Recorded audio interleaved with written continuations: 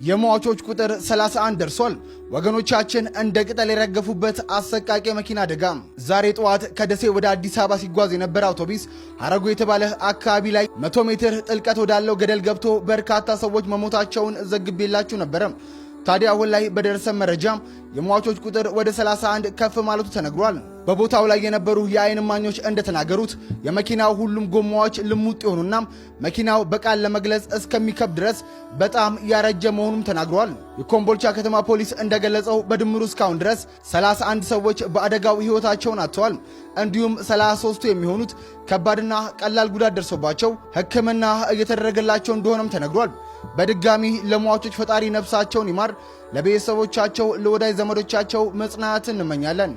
እጅግ አስደንጋጭ የሆነ ሰበር መረጃ ተሰምቷል። ድምጻዊው በዛሬው ዕለት ከዚህ ዓለም በሞት መለየቱን እየተነገረ የሚገኘው ድምጻዊ ሰማኸኝ በለው እንግዲህ ባደረበት ህመም በሕክምና ሲረዳ ቆይቶ በዛሬው ዕለት ከዚህ ዓለም በሞት መለየቱን ፋና እየዘገበ የሚገኘው ድምጻዊ ሰማኸኝ በለውም በባህላዊ እንዲሁም ደግሞ ሌሎች ይዘቶች ባላቸው ሙዚቃዎች እጅግ በጣም ተወዳጅነትና ዝናን ያተረፈ እንዲሁም ደግሞ እጅግ በጣም አስገራሚ የሆነ ድምጻዊ እንደነበረ የሚታወስ ነገር ነው። በዛሬው ዕለትም ከዚህ ዓለም በሞት መለየቱን እየተነገረ የሚገኘው ድምጻዊው ባለትዳር እንዲሁም ደግሞ የአራት ልጆች አባት መሆኑ የተነገረ ሲሆን እጅግ በጣም በሚያሳዝን ሁኔታ በዛሬው ዕለት በሕክምና ሲረዳ ቆይቶ ከዚህ ዓለም በሞት መለየቱን እየተነገረ የሚገኘው ለድምጻዊው ቤተሰቦች፣ አድናቂዎች እንዲሁም ደግሞ ወዳጅ ዘመዶቹና ለመላው ኢትዮጵያ ሕዝብ መጽናናትን እመኛለሁ። በዚህ ለሃይማኖታችን ካህን ያልቀደመ ማን ይቅደም? እስኪ ይታያችሁ። ነገሩ እኮ ተገለባበጠ።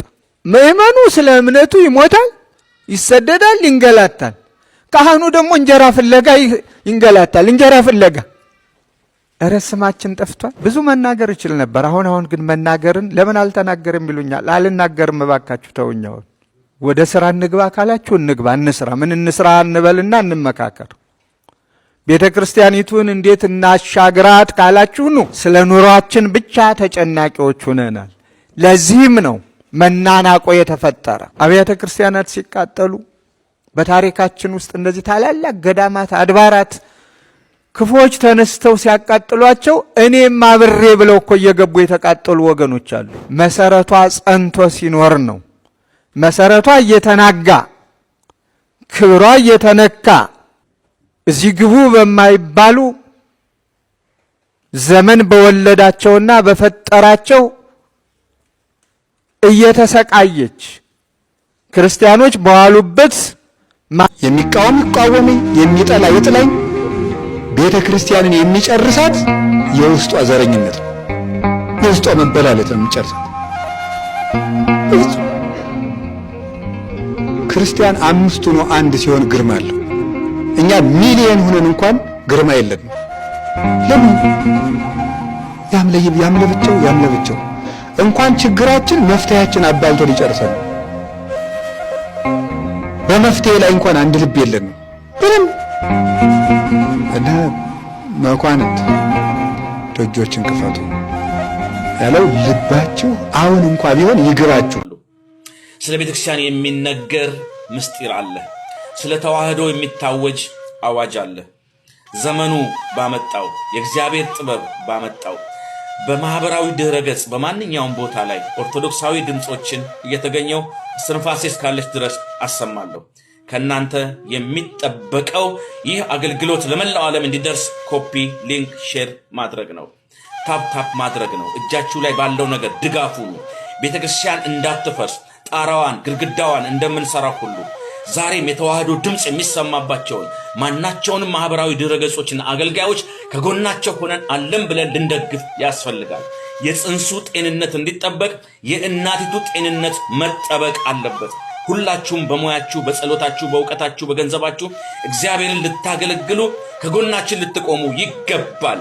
በአንድነት በህብረት ሆነን ድል ለተዋህዶ የምንልበት ዘመን አሁን ደርሷል። ጉዟችን ሰማይ ነው። የተዋህዶ ልጆች በመላው ዓለም አለን በሉ። ዝምታችን ይብቃ፣ አንድነታችን ይጠናከር። ከምንጊዜውም በላይ አሁን የኛ አንድነት እጅግ በጣም ያስፈልጋል። ይህ የቲክቶክ አካውንታችን ለመላው ዓለም ድምጽ እንዲሆን፣ ለተገፉት ድምጽ እንዲሆን፣ ለተዋህዶ ልጆች ማጽናኛ እንዲሆን፣ የቤተ ክርስቲያን ክብር እንዲጠበቅበት አለው ከጎንህ የምትሉ እህቶቼ ወንድሞቼ ልክ እንደ ትናንትና ሁሉ አጠገቤ ቁሙ። ይህን መልእክት ላልሰማው አሰሙ። ኮፒ፣ ሊንክ፣ ሼር ማድረግን እንዳትረሱ።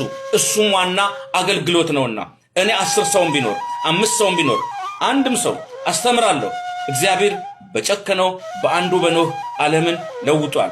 ባልጨከነው ፈጣሪ እስኪያወጣን መቼም ከዚህ ክፋት አርሴ የቆየና አርሴን እንደግፋት።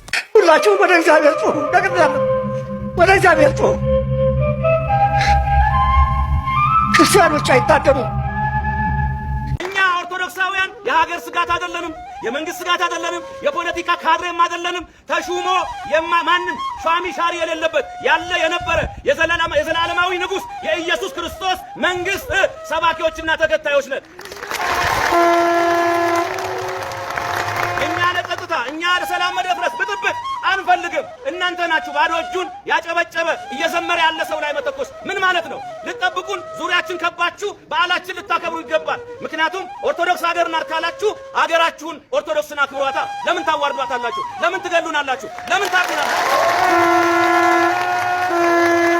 በአጠቃላይ ትግሉ በአስለቃሽ ጭስ በጥይት የሚቆም አይደለም። እናንተ ገለን እንጸድቃለን ስትሉ እኛ ሞተን ለመጽደቅ ዝግጁ ነን። እንዳጠቃላይ ስንሄድ አሁን አንድ ላይ የሆነ ክፉ ቢናገርም የባሰ ደግሞ ወንድሞቻችንን አሁንም ደም ለማፍሰስ ኦርቶዶክሳውያን ብጥብጥ አስነሱ ለማለት ወደ ሌላ አጀንዳ ለመቀየር ለሚፈልጉት በር አትስጡ። ሰላማዊ ትግላችንን እንቀጥላለን። እዚህ ውስጥ የተኮሰ የለም የተኮሰበት እንጂ፣ የገደለ የለም የተገደለ እንጂ፣ የሰደበ የለም የተሰደበ እንጂ፣ ያስለቀሰ የለም ያለቀሰ እንጂ። 10,000 ብር 50,000 ብር 100,000 ብር ገባ ሲባል የሚባለው እልልታና አንድ ጃንጥላ አስገብታለች ሲባል ያለው እልልታ ተመሳሳይ ነው አይደለም? መልሱ እንጂ።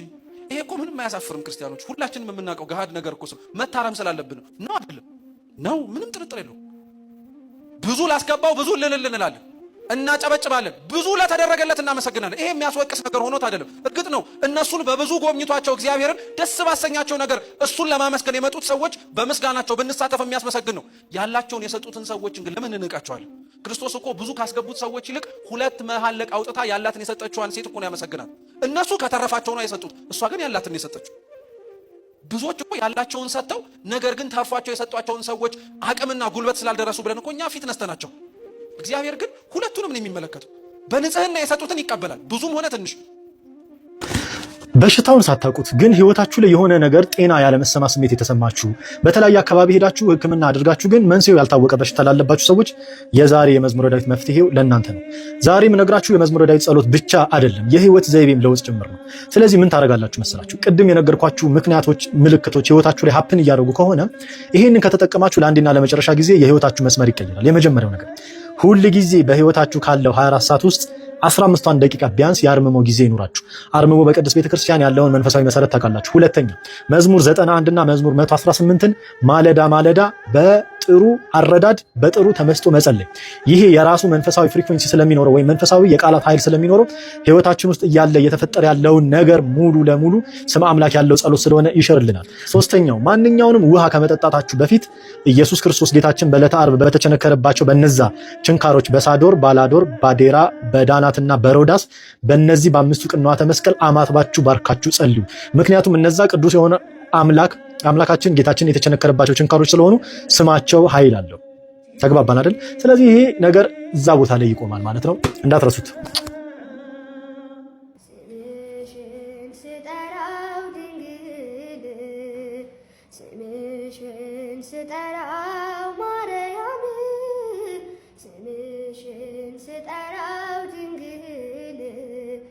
ስምሽን ስጠራው ማርያም ለአንደበቴ ማር ነው ለልቤ ሰላም። ስምሽን ስጠራው ማርያም ትውልድ ነኝና ልጅሽ የፈጠረኝ ድንግል እመቤቴ ላንቺ ምስጋና አለኝ። በፈቃድ እግዚአብሔር በአባቶቼ ጸጋ ሳሪ ለኔ ላለው ሲመሽም ሲነጋ ስምሽን ስጠራው ድንግል ስምሽን ስጠራው ማርያም ስምሽን ስጠራው ድንግል ስምሽን ስጠራው ማርያም ለአንደበቴ ማር ነው ለልቤ ሰላም። ስጠራ